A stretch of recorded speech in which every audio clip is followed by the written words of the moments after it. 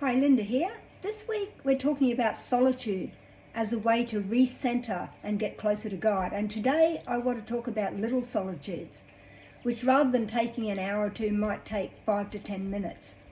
Making solitude is really essential because we all need time where we can be alone to re-energize, recenter and gain balance.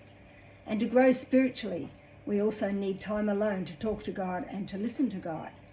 We also need time to reflect on our thoughts and our actions, and it's hard to think clearly about this if there's no time alone.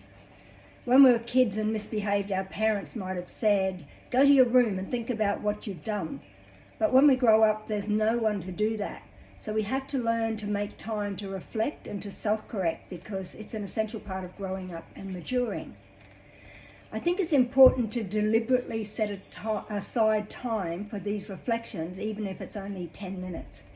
Little solitudes can happen in all sorts of places, like driving in the car, out for a walk, doing the dishes, exercising, withdrawing to your garden, going to your bedroom or your study. It doesn't really matter where or how long or how short. I know mums with young children who often take 5 to 10 minutes alone in the bathroom just to keep their sanity, and it's a great example of a little solitude. From personal experience, my only word of caution is to guard against dwelling on negative things in this time alone, because as Mike mentioned on Monday, solitude can be a bit of a Pandora's box.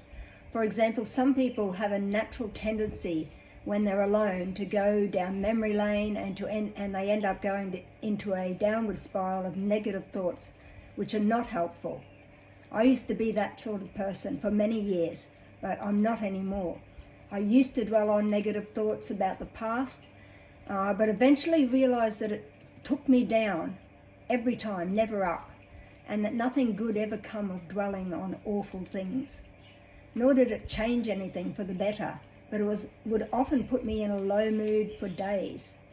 But I've learned to take control of my thoughts and to focus on more positive things that help me grow and don't hinder me or waste my time. If you're a naturally negative person, I want to encourage you that God can help you to change that, because I was a naturally negative person, but now I'm naturally positive and optimistic because God helped me, and through the Bible gave me keys to begin to take control of my thinking.